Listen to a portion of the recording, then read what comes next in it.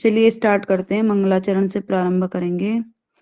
ओम सहना भवतु सहनौ भुनक्तु सह वीर्यं करवावहे तेजस्विनावधीतमस्तु मा विद्विषावहे। ओम शांति शांति शांति।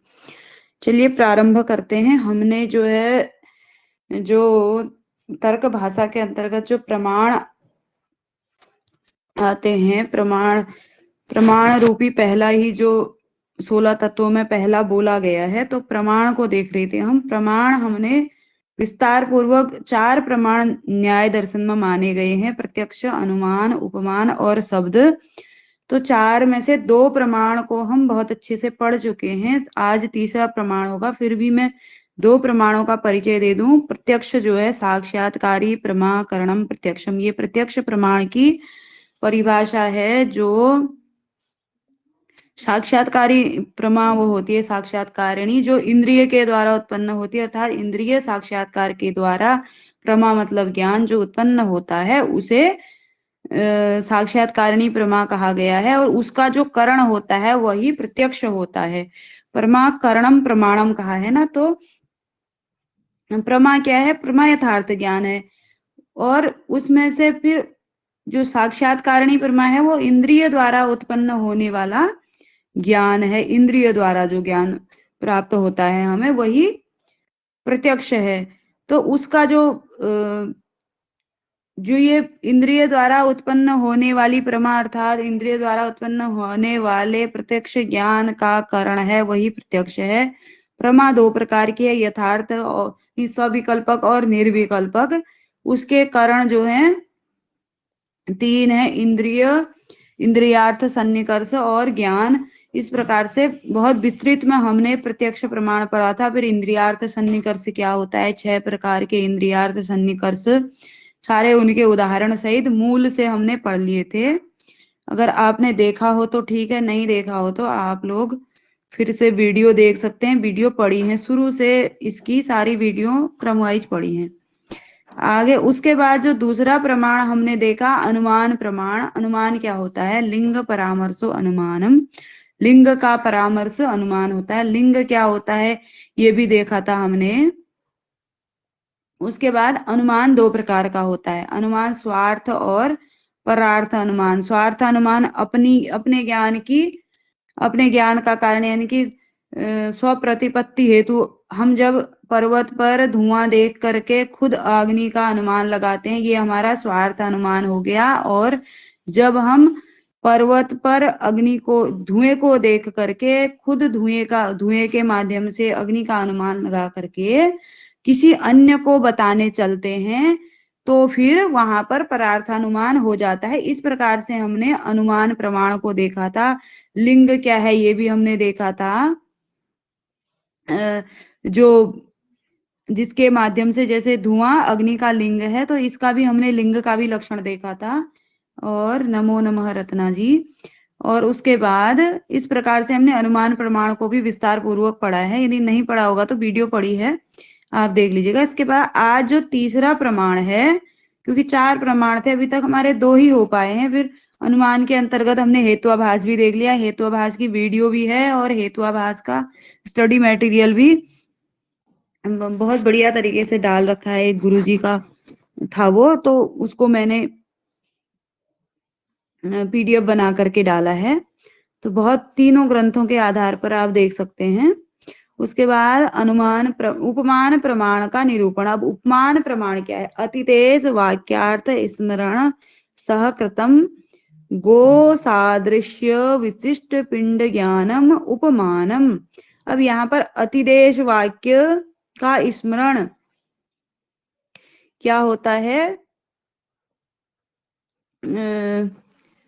उपमान प्रमाण होता है। जैसे कोई व्यक्ति नगर में रहता होगा, उसने नीलगाय नहीं देखी है, गवई जिसको कहते हैं नीलगाय, और अब वो कहीं जंगल की साइड को जा रहा होगा, तो रास्ते में किसी व्यक्ति ने उसको बता दिया होगा कि भाई जंगल में नीलगाय भी होती है, तो उससे थोड़ा सावधान रहना। तो उसने पूछा नीलगाय कैसी होती है, तो उसने बोला, जो व्यक्ति बता रहा था,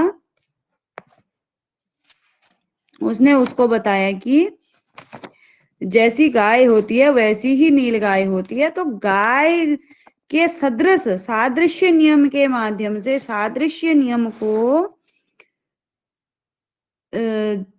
के द्वारा, जो सादृश्य नियम है गाय और गवई के बीच में, तो उसी के माध्यम से उसने उस गवई को पहचान लिया, क्योंकि उसने उससे पहले कभी नहीं देखी थी। तो उसने उस बताई हुई बात के माध्यम से सादृश्य नियम से उसने जान लिया। तो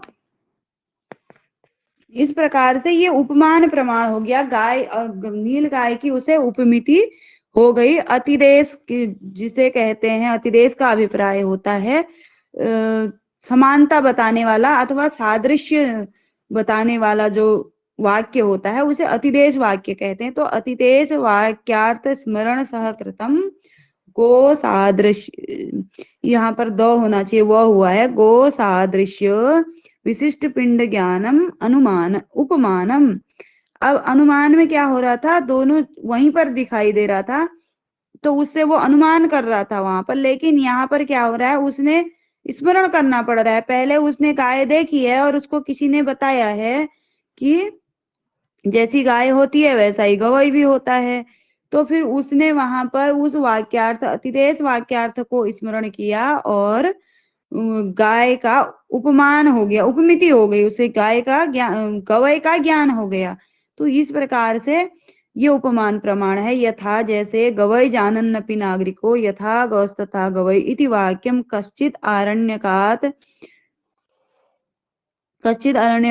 पुरुषात् श्रुत्वा वनं गतो वाक्यार्थं स्मरन् तथा गो सादृश्य विशिष्ट पिंडम पश्यति तदा तद वाक्यार्थ स्मरण सहकृतम गो सादृश्य विशिष्ट पिंड ज्ञानम उपमानम उपमिति करत्वात्। अब यहाँ पर कह रहे हैं उपमिति का करण होने के कारण उपमान प्रमाण हो गया है। मतलब उपमिति वही जो सादृश्य के माध्यम से उसे ज्ञान हुआ उसे उपमिति कहेंगे। अनुमान के माध्यम से जो ज्ञान होता है उसे अनुमिति जिस प्रकार से कहते हैं, उसी प्रकार से उपमान के माध्यम से जो ज्ञान होता है उसे उपमिति कहते हैं। और उपमिति है सादृश्य बताने वाले वाक्यार्थ का स्मरण करके उस वस्तु का ज्ञान कर लेना, वही उपमान है। तो वही चीज जो मैंने बोली, गवई जानन्नपि नागरिको यथा गौस तथा गवई इति वाक्यम कच्चित् आरण्यकात् पुरुषात् श्रुत्वा वनम गतो वाक्यार्थम स्मरन्। तो गवय को जानता हुआ व्यक्ति, यानी कि उसने गाय तो कहीं ना कहीं देखी थी, गवयम अजानन्नपि, उसने गाय नहीं देख, वो नील गाय, गवय मतलब नील गाय होता है, वह नहीं देखी थी। और जैसी गाय होती है वैसा गवय होता है, यह वाक्य उसे किसी व्यक्ति ने बता दिया। तो किसी से सुन करके वन में जा करके उसने उस वाक्यार्थ को स्मरण करके गो सादृश्य विशिष्ट पिंडम पश्यति, गो सादृश्य गाय के ही समान एक विशिष्ट पिंड को देखा। तो उसे वाक्यार्थ का स्मरण हो आया कि गो सादृश्य विशिष्ट पिंड ज्ञानम, उसको उस वाक्यार्थ का, यानी कि जैसा गाय होता है वैसा गवय होता है, ऐसा स्मरण आ गया। तो उसने गाय के समान विशिष्ट पिंड का ज्ञान जो है कर लिया, उसको उसका उपमान हो गया। मतलब अतिदेश वाक्य को स्मरण करके किसी वस्तु का ज्ञान कर लेना, ये जो है उपमान है। इतना समझ जाएं। और परिभाषा यही अतिदेश वाक्य स्मरण सहकृतम गो सादृश्य विशिष्ट पिंड ज्ञानम उपमानम, इस प्रकार से ही पूछा जाता है। कभी ऐसे आया था एक बार, गो सादृश्य विशिष्ट पिंड ज्ञानम करके फिर उपमानम अनुमानम ऐसे ऑप्शन थे। तो ऐसे ही प्रश्न पूछा जाता है। सरल है उपमान प्रमाण में, कोई ज्यादा लाग लपेट नहीं है, सिर्फ वो प्रत्यक्ष और अनुमान में है। यदि समझ में नहीं आए होंगे तो दोबारा देख लीजिएगा या पूछ लीजिएगा। को सादृश्य विशिष्ट पिंड ज्ञानम अंतरमय असो गवय शब्दवाच्य पिंड इति संज्ञा संगी संबंध प्रतीति रूप उपमिति। अब उपमिति क्या है आएगा, तो संज्ञा संगी संबंध प्रतीति उपमिति। स एव फलम, वही जो उपमिति है वही उपमान का फल है। जिस प्रकार से वो प्रत्यक्ष वाले में आया था, इस करण है तो उसका फल क्या है, तो प्रमा ही फल है, ऐसे करके। तो यहाँ पर उपमान प्रमाण का अथवा उपमिति करण का उपमिति ही फल है। इदम तु प्रत्यक्ष अनुमान साध्य प्रमाण साधकत्वाद प्रमाणांतर उपमानम अस्ति। यह जो है प्रत्यक्ष अनुमान असाध्य प्रमा साधकत्वात, आ की मात्रा होनी चाहिए थी शायद, प्रमा साधकत्वात प्रमाणांतर उपमानम इति, मतलब प्रत्यक्ष और अनुमान से असाध्य होने के कारण ये प्रमा का जो ज्ञान का साधक प्रमाणांतर से हो रहा है, यानी कि उपमान अन्य प्रमाण से, उपमान प्रमाण के माध्यम से प्रमा का साधक बन रहा है ये। तो इस कारण यहाँ पर उपमान प्रमाण तीसरा प्रमाण हो गया, मतलब प्रत्यक्ष और अनुमान से सिद्ध नहीं हो पा रहा है, क्योंकि प्रत्यक्ष में तो ठीक है इंद्रियार्थ सन्निकर्ष हो रहा है, इंद्रिय के माध्यम से ज्ञान प्राप्त हो रहा है। अनुमान में व्याप्ति, जहां जहां धुआं है वहां वहां अग्नि है, इस प्रकार से सादृश्य नियम व्याप्ति के माध्यम से हो रहा है। लेकिन अब उपमान में क्या हो रहा है, वो एक वाक्य को, उसने एक वस्तु को देखा है, गाय को देखा है, और किसी ने बता दिया कि गाय के समान ही नीलगाय भी होती है, तो वहां पर वह उस वाक्य को स्मरण कर रहा है। यहाँ पर न ही प्रत्यक्ष है न ही अनुमान है, क्योंकि अनुमान में तो उसने धुएं को देख करके अग्नि का अनुमान कर लिया था, क्योंकि उसे पता था जहां धुआं होता है वहां अग्नि होती है। तो अनुमान अलग चीज है। और उपमान में उसने नील गाय को कभी देखा ही नहीं है, लेकिन उसके समान एक अन्य पिंड को देखा है, और किसी ने बताया है कि इन दोनों में सादृश्यता होती है। तो वो अतिदेश वाक्य के माध्यम से ज्ञान कर रहा है, इसलिए यहाँ पर उपमान प्रमाण हो गया। आशा करती हूँ ये स्पष्ट हो गया होगा, कठिन नहीं है। उसके बाद ओके ओके मोनिका जी, आप लोग काफी पढ़े लिखे हैं, मैं बस एक प्रेजेंटेशन समझ लीजिए आप आपके सामने। चलिए, सरल ही है, प्रत्यक्ष और अनुमान में ही थोड़ा सा लफड़ा है। आरती जी भी जुड़ चुकी हैं, हर हर महादेव। शब्द प्रमाण निरूपण। अब अगला जो प्रमाण है शब्द प्रमाण है। आप्त वाक्यम शब्द, आप्त वाक्य शब्द है। अब आप्त कौन है और वाक्य क्या है, ये बात है। शब्द तो एक प्रमाण हो गया।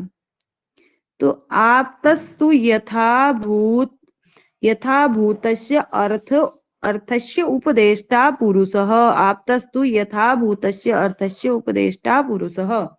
आप्त कौन है, यथा मतलब जैसा हुआ है, यथाभूतस्य अर्थस्य जैसा हो, मतलब यथार्थ जो ज्ञान है, जो वास्तविक बात है, उस अर्थ का उपदेश करने वाला जो पुरुष होता है वह क्या होता है, आप्त पुरुष होता है। यथार्थ भूत का उपदेष्टा जो है वह आप्त पुरुष होता है। और उस आप्त पुरुष का वाक्य, उस आप्त पुरुष ने जो कहा है वही क्या है, शब्द प्रमाण है। अब वाक्य क्या है, आप्त तो हो गया यथार्थ, जो यथार्थ ज्ञान है, जो वास्तविक बात है, उसको कहने वाला जो पुरुष है वो आप्त हो गया। वाक्य क्या है, वाक्य तो आकांक्षा योग्यता सन्निधि मताम पदानाम समूह। जो क्या है, वाक्य क्या है, आपने साहित्य में भी पढ़ा होगा, आकांक्षा योग्यता जो अभिधान्वयवाद और अन्विताभिधानवाद आता है, तो उसमें ये आकांक्षा योग्यता सन्निधि वाला आता है। तो यहाँ पर भी है, वाक्य क्या है, आकांक्षा योग्यता सन्निधि मताम पदानाम समूह। वाक्य आकांक्षा योग्यता सन्निधि युक्त पदों का समूह है। अब आकांक्षा क्या है, योग्यता क्या है और सन्निधि क्या है, तो शायद मैंने पीडीएफ में शामिल नहीं किया है, खुद से भी बता सकती हूँ। तो आकांक्षा क्या है, जैसे हमने कोई बात बोली, ठीक है, हमने बोला राम, अब सामने वाले ने सुना तो उसके मन में एक आकांक्षा उत्पन्न हो जाएगी कि क्या, ठीक है, वही आकांक्षा है। उसके बाद घर जाता है, हमने ऐसे कह दिया, तो अब क्या हो रहा है, इसमें और इस ये जो हम वाक्य में बोल रहे हैं दोनों में जैसे उस वाक्य को प्रकट करने की योग्यता होनी चाहिए। जैसे हमने कहा कोई कुछ अटपटा वाक्य बोल दिया कि अग्निना सिंचती, अग्नि के द्वारा सींचता है। अब अग्नि में तो सींचने की कोई सामर्थ्य ही नहीं है, अग्नि सींच नहीं सकती है। तो यहाँ पर योग्यता का अभाव हो जाएगा, आकांक्षा तो उत्पन्न हो जाएगी। अग्नि बोला तो सुनने वाले के मन में आकांक्षा उत्पन्न हो जाएगी, लेकिन योग्यता का अभाव हो जाएगा।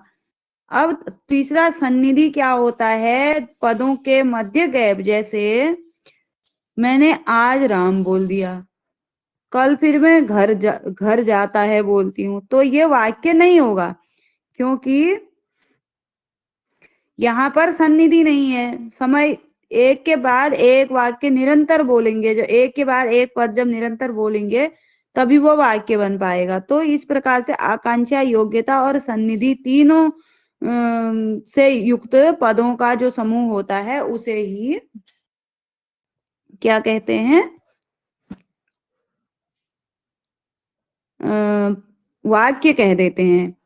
उसके अतएव गौरस्वः पुरुषो हस्ति, गौ अश्व पुरुषो हस्ति। अब ये कोई वाक्य थोड़ी है, गाय अश्व पुरुष हाथी, ये पद तो हैं लेकिन वाक्य नहीं है। क्या नहीं दिख रहा है आरती जी पूरा?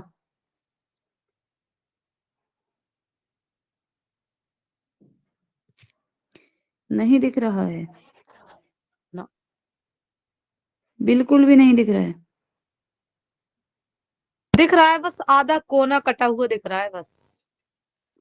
अरे कोना कहाँ कट गया, बस वही नेटवर्क प्रॉब्लम हो सकती है। उठ कोई जाया नहीं, करो सुबह जल्दी, क्या करूं।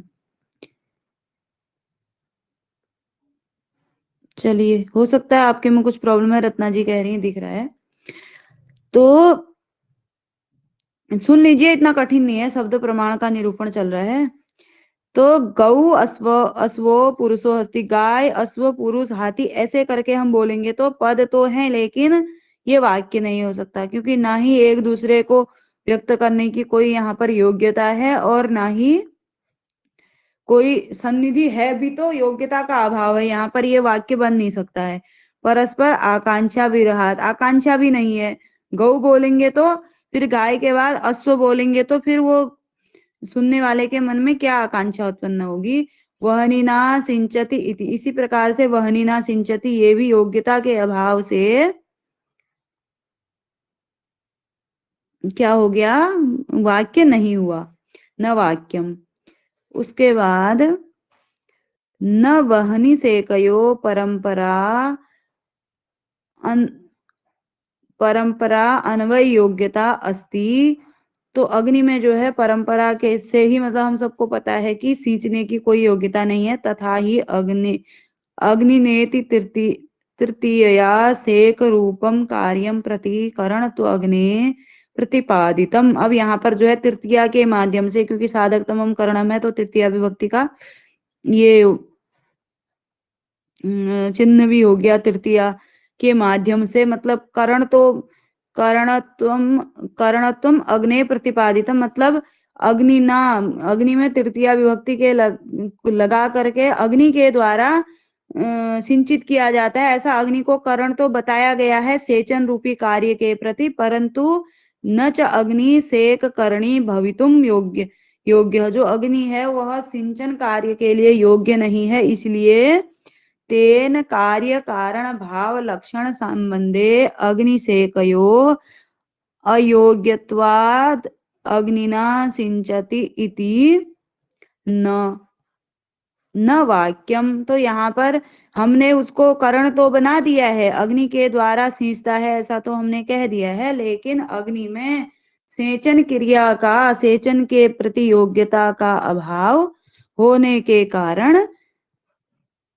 अग्नि के द्वारा सिंचन कार्य न होने के कारण यहाँ पर वाक्य नहीं है।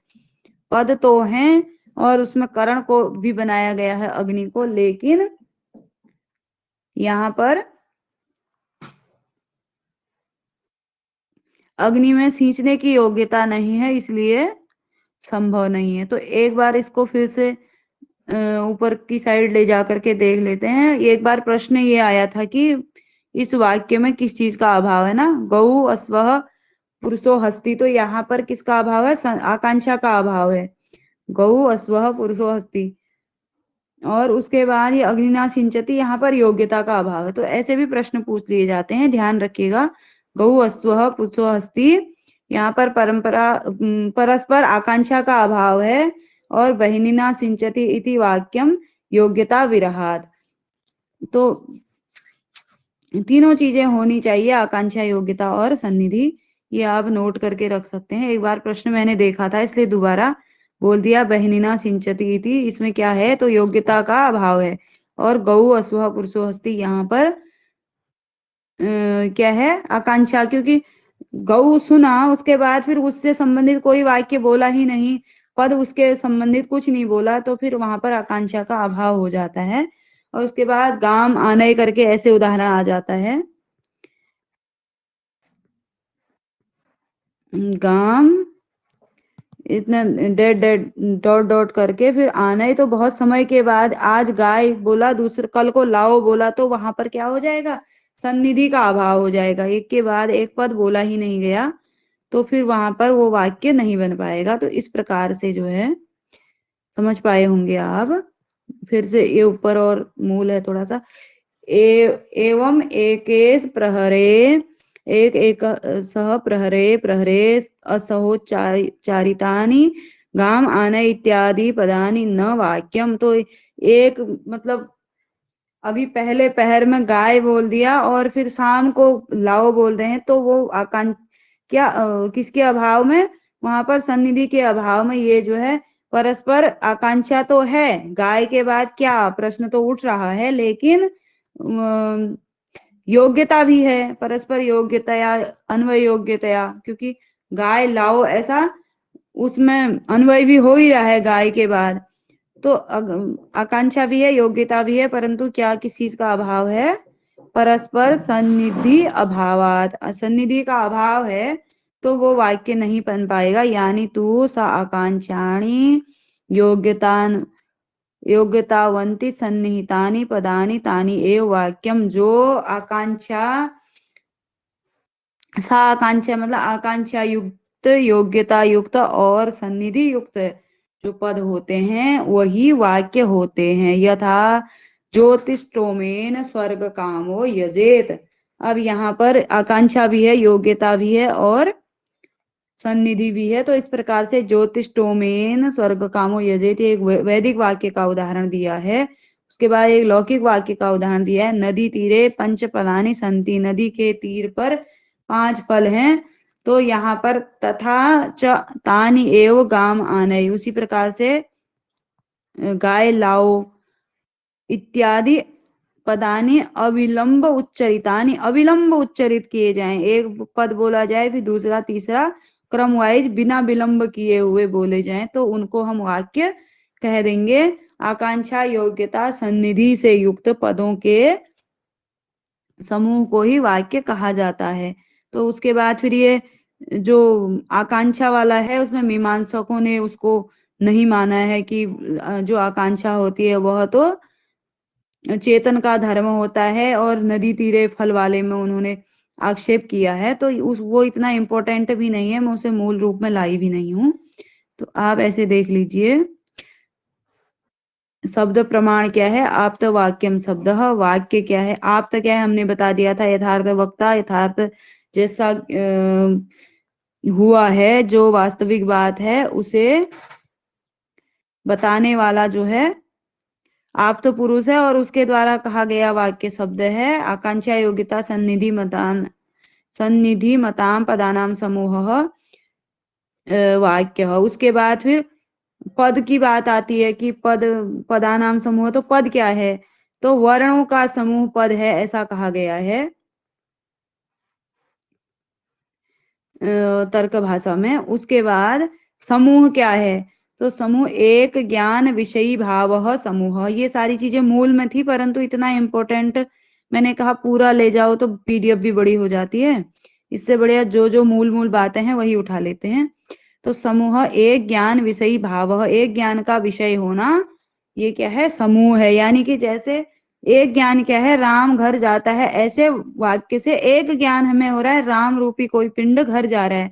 तो ये जो पदों का समूह है, आकांक्षा योग्यता सन्निधि युक्त, तो वो एक ज्ञान के विषय बन रहे हैं, एक ज्ञान को बता रहे हैं, तो इसलिए ये समूह है, ये इसको समूह कहेंगे। अब यदि सभी पदों का अपना पृथक पृथक अर्थ है, वो किसी विशिष्ट एक ज्ञान का बोध नहीं करा रहे हैं, तो उसे फिर हम क्या नहीं कहेंगे, उसको हम समूह नहीं कहेंगे। तो एक ज्ञान का विषयी होना यही समूह की परिभाषा है। और वाक्य कितने प्रकार के होते हैं? वाक्य दो प्रकार के होते हैं, वैदिक और लौकिक वाक्य। अब जो लौकिक वाक्य होते हैं, बस आप लोग मूल नहीं लेके आई हूँ, इतना ही इम्पोर्टेंट था। तो लौकिक वाक्य कुछ ही प्रमाण हो पाते हैं, और उसी प्रकार पुरुष भी कुछ ही आप्त होते हैं लोक में। यानी कि प्रत्येक व्यक्ति यथार्थ को बताने वाला है, वास्तविक बात बताने वाला है, ऐसा नहीं है। और प्रत्येक वाक्य यथार्थ ज्ञान को बताने वाला है, ऐसा नहीं है। इसलिए जो लौकिक वाक्य होते हैं वह कुछ ही प्रमाण होते हैं, और कुछ ही लौकिक पुरुष जो है आप्त हो पाते हैं। लेकिन वेद में सभी वाक्य परमपिता महेश्वर द्वारा रचित होने के कारण ये एकदम भाषा उसी तर्क भाषा में ही है, ये सारी बातें उसकी हिंदी व्याख्या में। तो मैंने वहीं से ले लिया, वेद में सभी वाक्य परमपिता द्वारा रचित होने के कारण सभी वाक्य आप्त हैं। तो वेद तो अपरुष है, वहां पर आप्त पुरुष की कोई बात ही नहीं आती है। सभी वाक्य जो वेद के हैं वो आप्त वाक्य हैं, आप्त द्वारा कहे गए वाक्य हैं।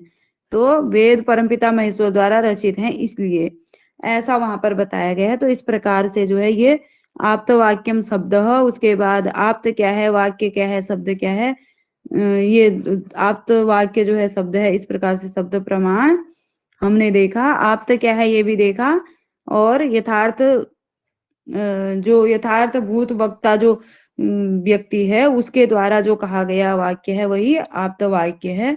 और फिर वाक्य क्या है, आकांक्षा योग्यता सन्निधि से युक्त पदों का समूह वाक्य है। और उसके बाद पद क्या है, वर्णों का समूह पद है। और समूह क्या है, सारी चीजें खोल खोल करके दी गई हैं। एक ज्ञान विषयी भाव समूह, इस प्रकार से जो है ये हमारा शब्द प्रमाण समाप्त होता है। उसके बाद एक झलक आप लोग प्रमाणों को फिर से देख लीजिए, किस ग्रंथ में कौन सा प्रमाण। आज बस नोट्स रूप में एग्जाम के लिए इम्पोर्टेंट चीजें हैं, आगे भी पूरी तर्क भाषा समाप्त करेंगे और इसी प्रकार से लाते रहेंगे। हेतुआभास तक इम्पोर्टेंट थी ना पंक्तियां, सारी चीजें। तो अब जो जो इम्पोर्टेंट होगा उसको लाते हुए समाप्त किया जाएगा। भारतीय दर्शन में किस दर्शन ने कितने प्रमाण माने हैं, इस प्रकार से यहाँ पर चरवाक जो है एक प्रमाण मानते हैं, क्रम वाइज दिया गया है। और बौद्ध और वैशेषिक दो प्रमाण मानते हैं। न्याय वैशेषिक कहते हैं परंतु प्रमाणों में अंतर है। न्याय दर्शन 4 प्रमाण मानता है और वैशेषिक दर्शन 2 प्रमाण मानता है। ठीक है। सांख्य योग दोनों 3-3 प्रमाण मानते हैं, प्रत्यक्ष, अनुमान और आगम अथवा शब्द प्रमाण। तो इस प्रकार से जो है यहाँ पर ये अलग अलग दर्शनों का प्रमाण निरूपण हो रहा है। ध्यान से सुने, याद रखें। उसके बाद न्याय दर्शन जो है 4 प्रमाण मानता है, प्रत्यक्ष, अनुमान, उपमान और शब्द। फिर मीमांसा इत्यादि जो है 5 और 6 प्रमाण मानते हैं। मीमांसा और वेदांत 6 प्रमाण मानते हैं। और पौराणिक जो है, पौराणिक परंपरा के अंतर्गत 8 प्रमाण माने गए हैं। वहां पर प्रत्यक्ष, अनुमान, उपमान, शब्द, अर्थापत्ति, अभाव, ये अभाव तक तो मीमांसा और वेदांत ने भी माने। फिर इन्होंने ऐहित्य और संभव, इस प्रकार से 2 प्रमाण अतिरिक्त जोड़ करके 8 प्रमाण माने हैं पौराणिक परंपरा में। कभी पूछा जा सकता है पौराणिक परंपरा में कितने प्रमाण हैं, तो 8 प्रमाण हैं। और मीमांसा और वेदांत में 6 प्रमाण हैं, प्रत्यक्ष, अनुमान, उपमान, शब्द, अर्थापत्ति और अभाव। इस प्रकार से 6 प्रमाण माने गए हैं।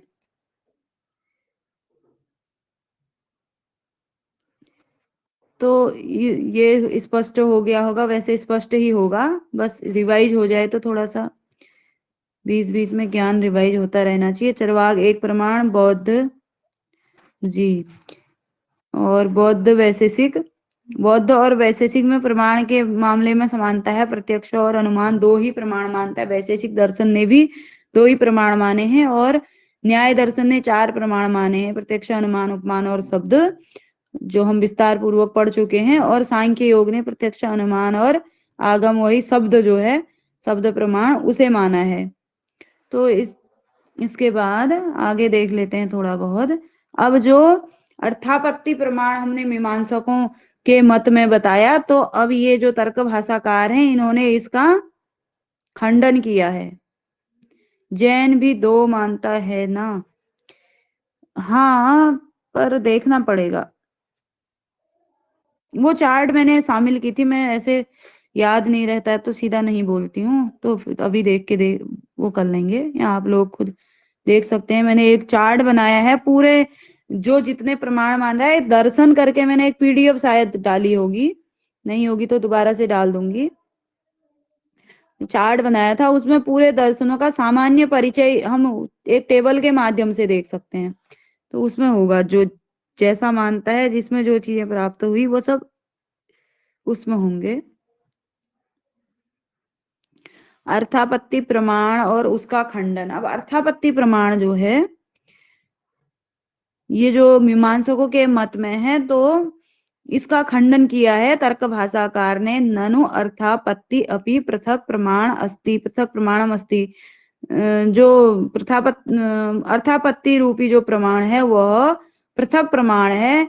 अनुपद्यमान अर्थ दर्शनाद तद उपपादकी भूत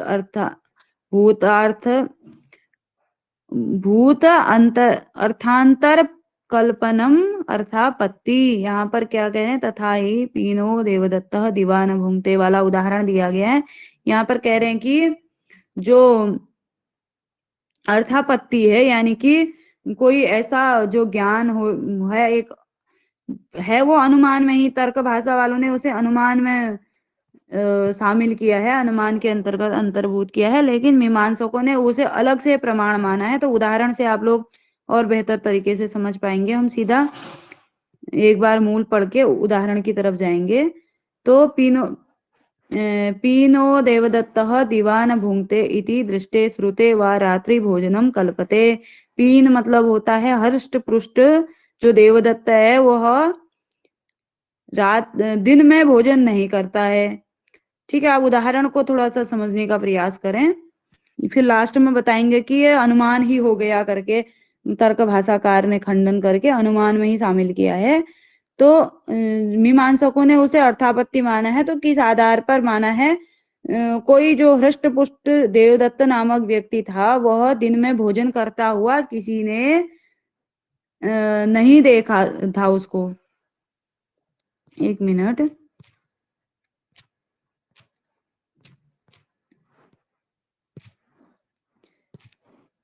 तो उस हृष्ट पुष्ट व्यक्ति को भोजन करता हुआ किसी ने दिन में नहीं देखा था, तो उन्होंने दृष्टे श्रुते व रात्रि भोजनम कल्पते, देखते सुनते हुए, मतलब उन्हें पता था कि भाई जो दिन में भोजन नहीं करता है वो रात्रि में भोजन करता होगा, ऐसी कल्पना कर ली गई। यानी कि क्योंकि यदि जो व्यक्ति दिन में और रात में दोनों समय भोजन ना करे, फिर तो वो जिंदा भी नहीं रह पाएगा, कहाँ हृष्ट पुष्ट होना।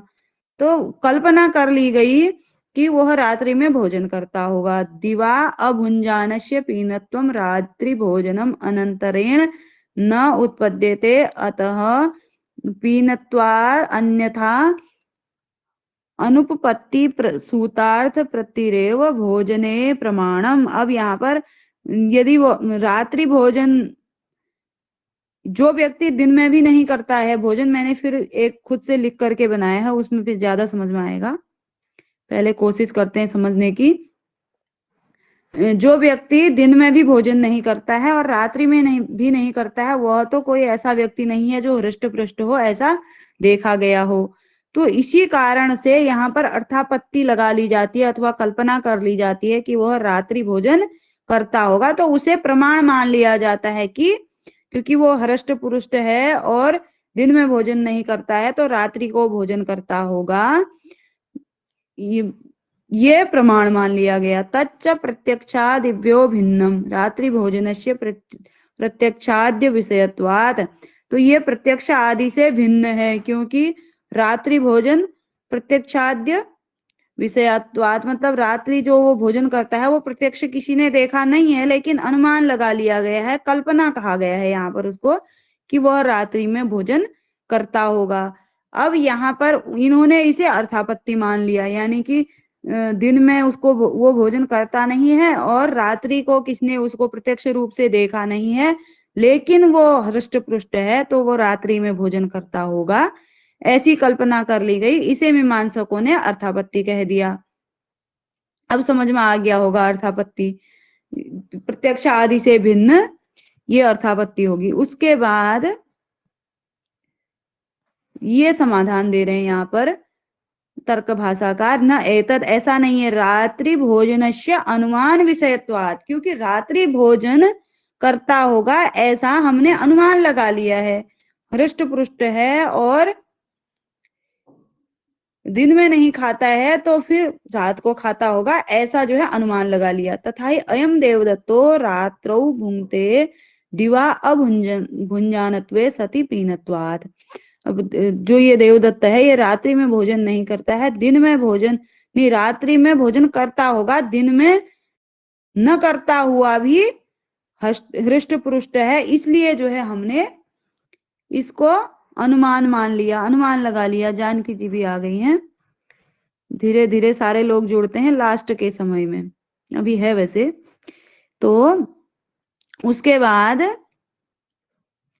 ऐसा जो है अनुमान लगा लिया, यस्तु न रात्रौ भुंक्ते न असो दिवा भुंजानत्वे सति पीनो यथा दिवा रात्रौ अभुंजानो अपीनो न च अयम तथा तस्मान्न तथेति केवल व्यतिरेकी अनुमानेन एव रात्रि भोजनस्य प्रतीयमानत्वात् किम अर्थापत्ति पृथकत्वेव कल्पनीया। अब यहाँ पर कह रहे हैं, इसके बाद अगली ही स्लाइड होगी, ढंग से दिखेगी तो पेंसिल से ही लिख दिया समझाने के लिए। तो ये जो देवदत्त है, हमने पहले क्या बोला था, एक बार फिर से वाक्य को पढ़ लेते हैं। यहाँ से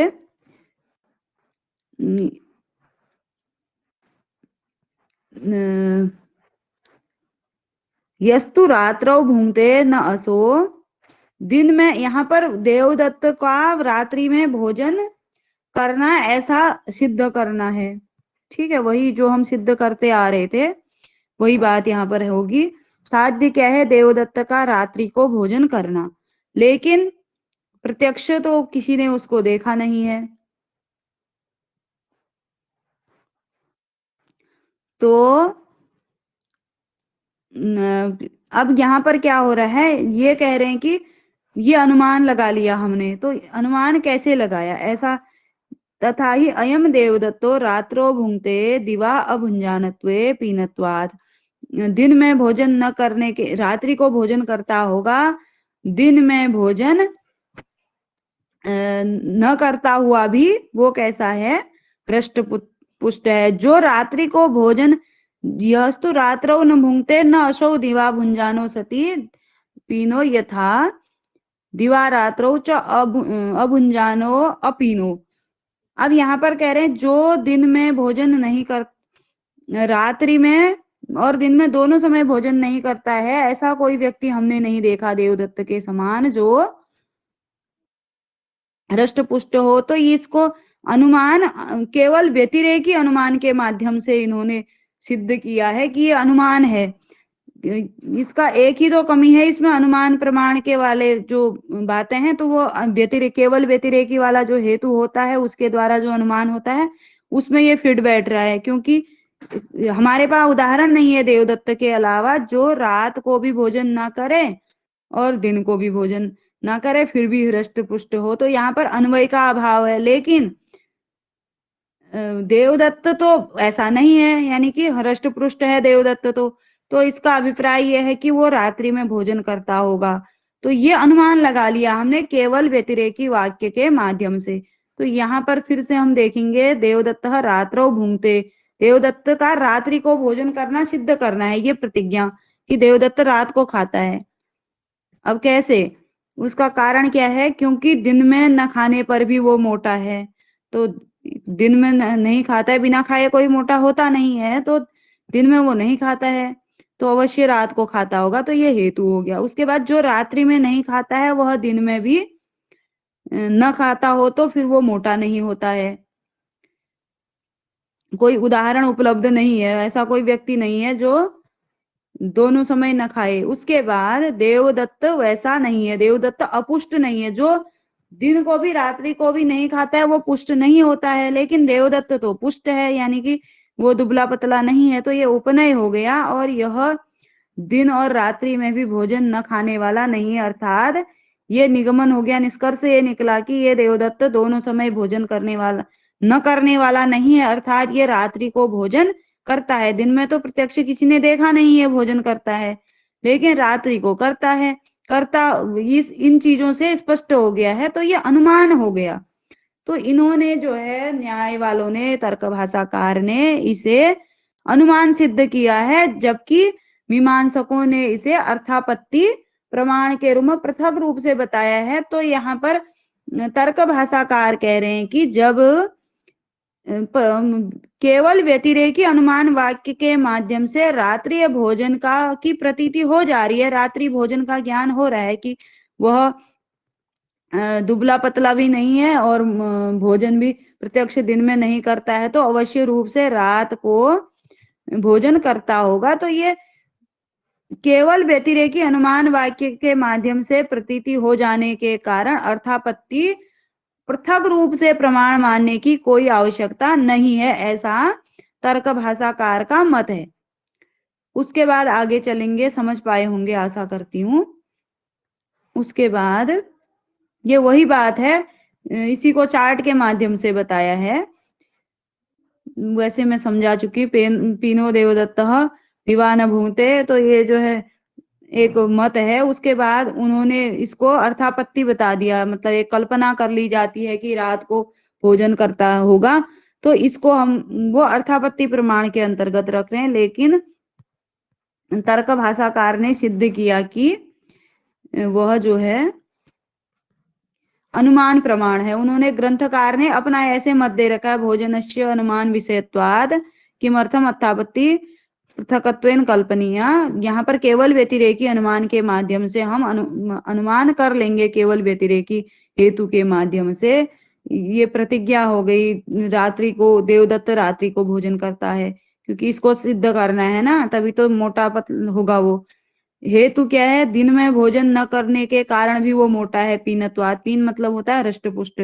उदाहरण ये है कि जो रात्रि को भोजन नहीं करता है वो दिन को भी भोजन नहीं करता है, तो वो मोटा नहीं होता है। और उसी प्रकार न च अयम, यह जो है वैसा नहीं है ये देवदत्त, इसलिए ये रात्रि को भोजन करता होगा। इस प्रकार से जैसे हम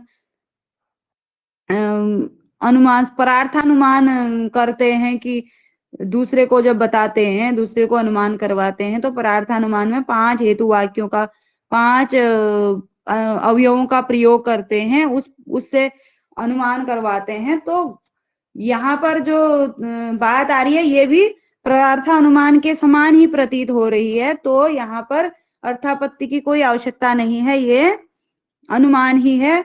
दोबारा से बोल दो, तर्क भाषाकार ने 4 ही प्रमाण माने हैं, ये मीमांसकों ने जो माना है उसका खंडन कर रहे हैं। उसके बाद फिर अभाव को भी उन्होंने प्रमाण के रूप में मान लिया।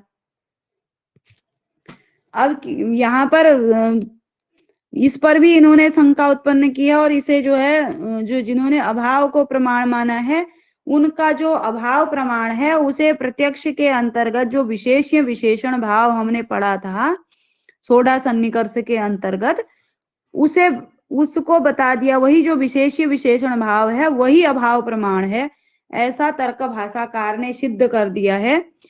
तो ये मीमांसकों के मत का खंडन है। ननु अभाव आख्यम अपि पृथक प्रमाणम अस्ति। अभाव आख्य भी एक अभाव नाम का एक अलग से प्रमाण है। तच्च अभाव ग्रहणाया अंगीकरणीयम। वह जो है अभाव के ग्रहण को स्वीकार करता है। तथा ही घटाद्य अनुपलब्ध्या घटाद्य भावो निश्चीयते। घट की अनुपलब्धा से घट का अभाव निश्चित होता है।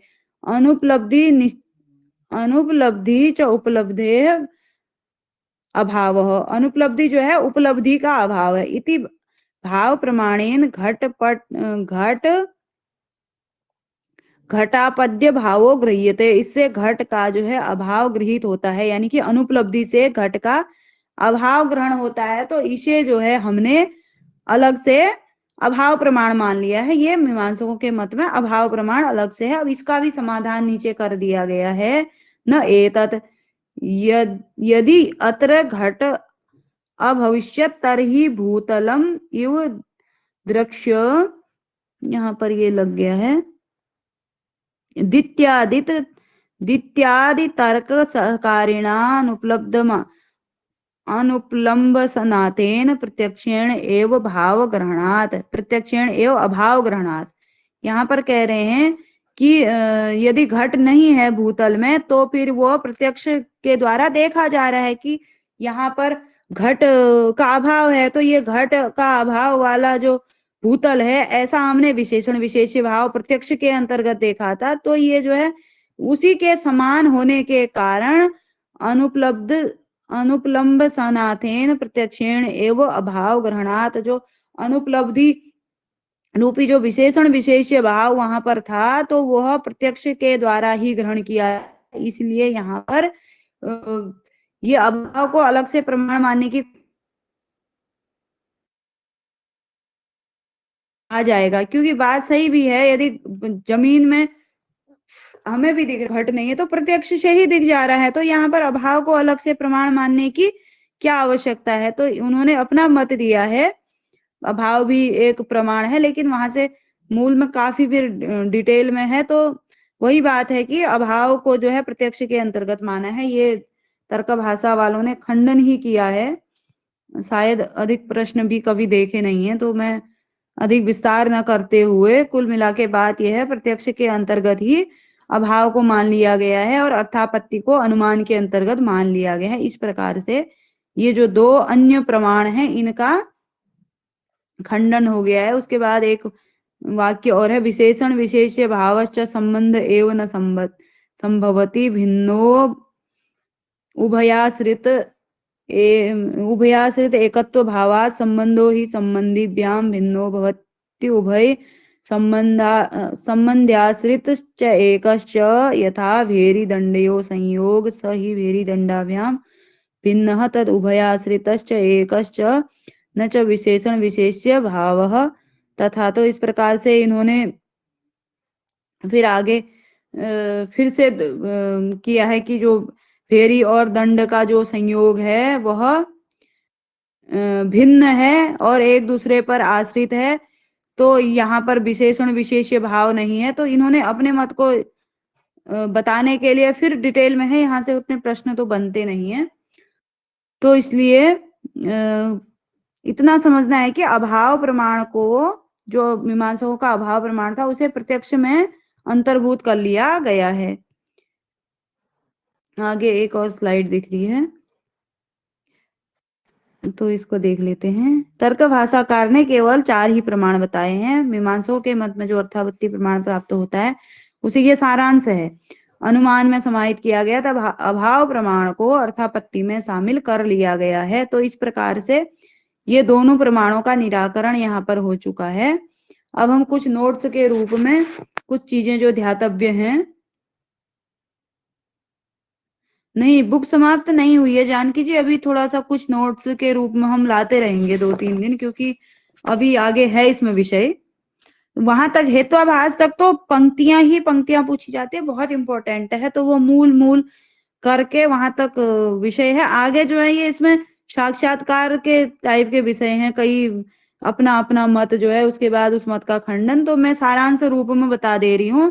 पदार्थ दो प्रकार के होते हैं, उसी के अंतर्गत आता है, क्योंकि हमने अभाव रूपी प्रमाण को जो विशेषण जो हमने देखा था, तो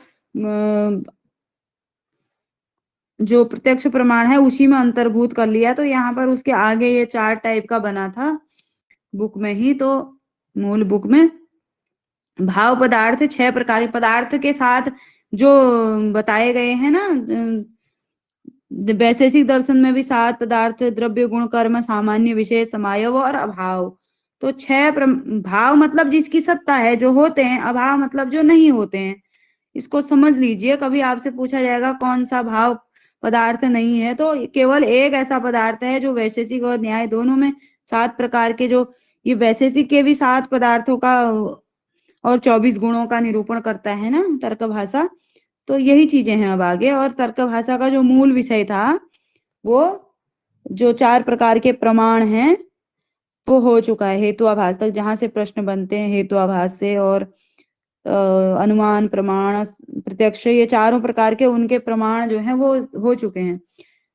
भाव पदार्थ क्या है, ये वैशेषिक में भी पढ़ने को मिलता है। द्रव्य गुण कर्म सामान्य विषय समायो भाव, इनका प्रत्यक्ष इंद्रियां उनसे संबद्ध होकर करती हैं, इसलिए ये भाव हैं। और अभाव में जो है विशेषण विशेष्य भाव द्वारा ही प्रत्यक्ष हो पाता है। जैसे भूतल में घट नहीं है, तो घट के अभाव वाला भूतल, इस प्रकार से यहाँ पर इस जमीन में घट नहीं है इस भूतल में, तो इसके माध्यम से हम अभाव को ग्रहण करते हैं। अभाव इंद्रियों के द्वारा नहीं दिखता है। तो अभाव जो हो गया, अभाव पदार्थ एक ही हो गया और भाव पदार्थ 6 हो गए। तो इस प्रकार से ये एक हो गया। फिर उसके बाद एक और मत आता है, फिर कल और स्पष्ट करेंगे इसको, यदि, क्योंकि मूल पुस्तक मेरे पास भी आज तक नहीं थी ना, तो मैं पढ़ते रह रही हूँ, पढ़ते रहूंगी, कुछ नोट्स के रूप में लाते रहूंगी। आप लोग ध्यान से सुने, बहुत इंपॉर्टेंट विषय है भाई। अब बोलना छोड़ो, ठीक है।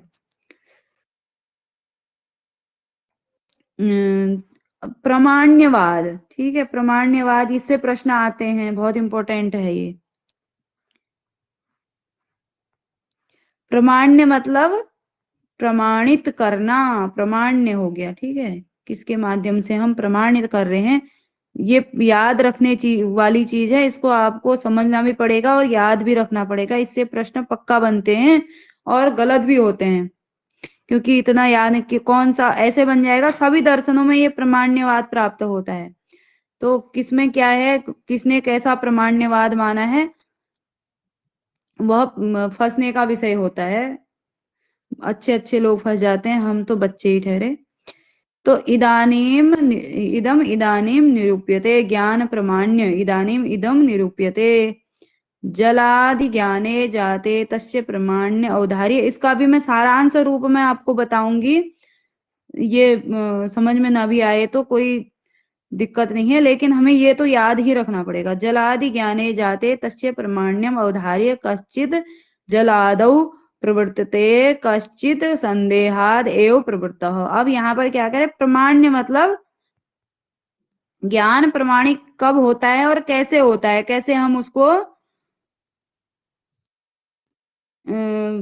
उसमें प्रवृत्त हो जाते। क्योंकि जब हमने जो प्रत्यक्ष वाला जो उदाहरण देखा था, उसमें अंत में जो हमने हान उपादान उपेक्षा बुद्धि जो देखी थी, जब हमारी इंद्रिय का सन्निकर्ष हो जाता है, फिर हमें वस्तु का निर्विकल्प ज्ञान होता है, सविकल्प ज्ञान होता है, अन्य में लास्ट में क्या होता है, फिर हम हमारे प्रयोग की चीज होती है तो उसको ले लेते हैं, उसका उपादान कर लेते हैं। यदि प्रयोग की नहीं होती है तो उसको हान छोड़ देते हैं, हान कर देते हैं, त्याग कर देते हैं। उसके बाद फिर या फिर वो उससे कोई मतलब नहीं है तो तटस्थ भी कभी कभी रहते हैं। तो अब ये कब होता है और किस माध्यम से होता है, यही बात है। जलादि ज्ञाने जाते तस्य प्रमाण्यम औदार्य कश्चित जलादौ प्रवृत्ते कश्चित संदेहाद एव प्रवृत्तः। जैसे जल के ज्ञान का उदाहरण यहाँ पर दिया है, जल का हमें ज्ञान होता है तो कभी क्या होता है, प्रत्यक्ष रूप से देख करके हमें यहाँ पर जल है ऐसा ज्ञान हो जाता है। जैसे हमने नदी देख ली या तालाब देख लिया तो यहाँ पर जल है ऐसा हमें प्रत्यक्ष रूप से ज्ञान हो गया। और दूसरा क्या होता है, संदेह से होता है। मतलब जैसे वो मरुस्थल में मरीचिका वाला उदाहरण मिलता है, तो वहां पर हमें जल का संदेह होता है। अब हो सकता है वहां पर जल हो या न हो, तो संदेह से हम उसमें प्रवृत्त होते हैं। एक तो जल है वास्तव में, प्रत्यक्ष के माध्यम से हमने देखा है और उसमें प्रवृत्त हो जाते हैं, उसको ग्रहण करते हैं अथवा त्यागते हैं, जो भी करते हैं। और एक दूसरा होता है संदेह के माध्यम से। तो जलादि प्रतिलब्धे सति प्रमाण्यम अवधारयति इति वस्तुगति। तो जल आदि की उपलब्धता होने पर प्रमाण्य को ग्रहण करता है। तो इस प्रकार से ये पहला प्रकार का हो गया कि जल इत्यादि को देख करके। अत्र कश्चिदा प्रवृत्ते प्राग एवं प्रमाण्य अवधार्य पुरुषः प्रवृत्तते। अब ये जो कश्चित से है, ये मीमांसकों का ही मत है कि कुछ लोगों ने कहा कि प्रवृत्ति के पूर्व ही, यानी कि जो ज्ञान के जो अलग अलग स्टेप हैं, पहले इंद्रिय का सन्निकर्ष होगा, पहले इंद्रिय संयुक्त होगी, फिर इंद्रिय का संयुक्त होगी, इंद्रिय सन्निकर्ष हो गया, उसके बाद फिर क्या होगा, फिर उसको ज्ञान होगा, फिर निर्विकल्प ज्ञान, सविकल्प ज्ञान, इस प्रकार से होता है। तो अलग अलग स्टेप होते हैं। फिर उसके बाद प्रवृत्ति अंत में होती है, हान उपादान उपेक्षा बुद्धि। लेकिन कुछ लोगों ने क्या कहा है कि प्रवृत्ति के पूर्व ही प्रमाण्यम अवधार्य पुरुषः प्रवर्तते। प्रवृत्ति के पूर्व ही, यानी कि वो हान उपादान उपेक्षा बुद्धि के उत्पन्न होने से पहले ही इस चीज को मैं ग्रहण करूं, त्यागूं, या इससे पहले ही जो है पुरुष को प्रमाण्य हो जाता है, कह रहे हैं। मतलब इनका अगर सामान्य शब्दों में देखें तो देखते ही जो है प्रमाणित हो जाता है कि ये वस्तु है। तो ये मीमांसकों का मत है, प्रवृत्ति के पूर्व ही। इसको याद कर लेंगे आप, यही स्वतः प्रमाण्य की यदि परिभाषा पूछी जाए, आगे चार्ट भी है, हम दोबारा से समझेंगे। प्रवृत्ति के पूर्व ही प्रवृत्ते प्राग एवं प्रमाण्यम अवधार्य पुरुषः प्रवर्तते, ये जो है स्वतः प्रमाण्य। स्वतः, एक बार फिर से बोल देती हूँ, स्वतः क्या होता है, जो खुद से प्रमाणित होता है। जैसे हमने जल को देखा तो उस जल के माध्यम से ही हमने जल का प्रमाण्य मान लिया, यानी कि वास्तविकता मान ली। लेकिन यदि हम किसी अन्य के माध्यम से उसको प्रमाणित करते हैं, मानते हैं, तो वो परतः प्रमाण्य हो जाएगा। स्वतः खुद से, उसी जिस पदार्थ का ज्ञान करना है उसी के माध्यम से यदि हम उसको अवधारित कर लेते हैं तो वो स्वतः प्रमाण्य हो जाएगा। और परतः प्रमाण्य वो होगा जो किसी अन्य के माध्यम से। तो इसका आगे स्लाइड है तो और अच्छे से समझ पाएंगे। अस्य अर्थः येन एव यद् ज्ञानम गृह्यते तेन एव तद्गतं प्रमाण्यम अपि। जिसके द्वारा जो ज्ञान गृहीत होता है उसी के द्वारा उसका प्रमाण्य भी हो जाता है। न तो ज्ञान ग्राहक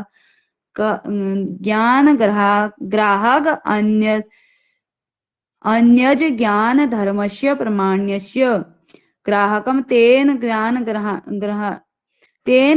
ग्राहकातिरिक्तान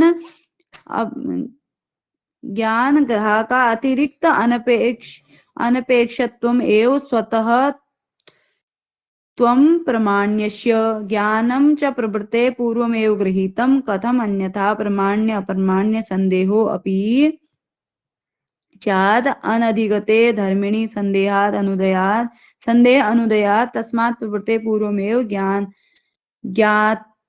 ज्ञातता अन्यथा अनुपपत्ति प्रसूतया अर्थापत्तिया ज्ञाने गृहीते ज्ञानगत प्रमाण्यम अर्थापत्य एव गृह्यते ततः पुरुषः प्रवर्तते न तो प्रथमम ज्ञान मात्रम गृह्यते। ततः प्रवृत्ति उत्तर काले, इसको पहले पढ़ लेते हैं पूरा, फिर आगे की स्लाइड में समझेंगे। ततः कहाँ थे, ततः प्रवृत्ति उत्तर काले फल दर्शनेन ज्ञानस्य प्रमाण्यम अवधार्यते। अब यहाँ पर दो मत हैं, ठीक है, ये भी अवश्य, चलिए इससे हम समझते हैं। जैसे पहले तो जल वाला उदाहरण है, हम सामान्य घट के उदाहरण से समझते हैं। अब एक व्यक्ति ने घट को देखा, मीमांसकों का मत यह है कि घट को देखते ही प्रमाण्य हो गया, कि मतलब स्वतः खुद से घट के माध्यम से ही प्रमाण्य हो गया। अब न्याय वालों का मत क्या है, ये तो स्वतः प्रमाण्य हो जाएगा, यानी कि घट को देखते ही प्रमाणित हो गया। लेकिन घट को देखने के बाद एक ज्ञातता रूपी, ज्ञान रूपी जो नया धर्म उत्पन्न होता है, यानी कि यह घट है, अयम घटः, ऐसा जो घट को देखने के बाद उत्पन्न होता है, तो उस ज्ञान के माध्यम से हम घट की प्रमाणिकता मान रहे हैं, उस घट को का प्रामाण्य मान रहे हैं, घट को समझ रहे हैं। तो वो ज्ञातता रूपी जो दूसरा धर्म उत्पन्न हो गया, तो ये परतः हो गया। तो स्वतः और परतः में कोई सूक्ष्म अंतर है, और ये अलग अलग इनकी मान्यताएं हैं, अलग अलग दर्शनों की। तो इसलिए इसको याद रखना बहुत इंपॉर्टेंट हो जाता है। यदि आप इसको नहीं भी समझ पाए होंगे तो मैंने शब्दशः अर्थ बताया भी नहीं है। तो कुल मिला के बात यह है कि इसका सारांश यही है, जो जिस वस्तु को का ज्ञान हो रहा है वह उसी वस्तु के माध्यम से ज्ञात हो जाए, तो वह स्वतः प्रमाण्य है। यदि घट केवल घट को देखने मात्र से ही प्रमाण्य मान लिया जाए तो फिर वो स्वतः प्रमाण्य है। लेकिन घट को देखने के बाद अयम घटः इति, इस प्रकार का एक ज्ञान उत्पन्न होता है, एक दूसरा धर्म उत्पन्न होता है, तो वह परतः प्रमाण्य हो जाएगा। इसको, इसके अर्थ को समझने से अधिक इसको याद रखना इंपॉर्टेंट है, इसलिए ये चार्ट उपलब्ध है। ओहो, ये तो कहाँ चला गया भाई हमारा।